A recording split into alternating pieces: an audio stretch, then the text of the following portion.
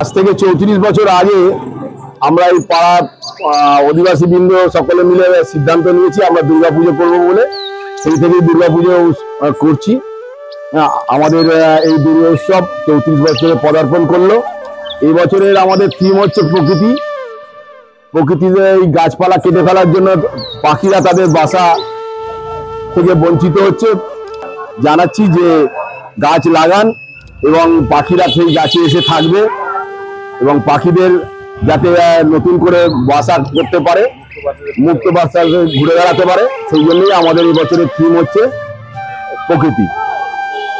আমাদের সদস্য বললেন যে এই নিয়েই একটা আমাদের থিম তৈরি করা হয়েছে, কিন্তু আমি সারা গার্ডেনরিচ পল্লীবাসীকে জানাই এবং ভারতবর্ষের সমস্ত লোককে জানাই যে গার্ডেনরিচে যে পুজো যে হয়, গার্ডেনরিচ একটা মুসলিম এরিয়া, এইখানে যে এত পুজো হয় এটা সারা ভারতবর্ষের লোককে জানানো দরকার যে আমাদের এইখানে পুজো হয়। দুর্গা পুজো আমাদের একটা সব ধর্মের সঙ্গে মিলিত, সব ধর্মের লোকেরাই এই পুজোটা করে। এটা শুধু আমাদের হিন্দু বা বাঙালি বলে এই পুজোটা নয়, এটা সব ধর্মের সঙ্গে মিলিত, সব ধর্মের লোকেরাই এই পুজো দর্শন করে।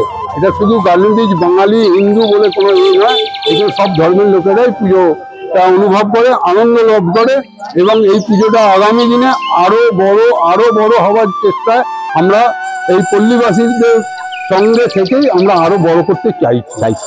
আমাদের পুজো প্যান্ডেলটা অবস্থিত হচ্ছে নোনাপুকুর এবং পঞ্চায়নতলার মধ্যখানে, দেওয়ানবাগান লেনের ওপর।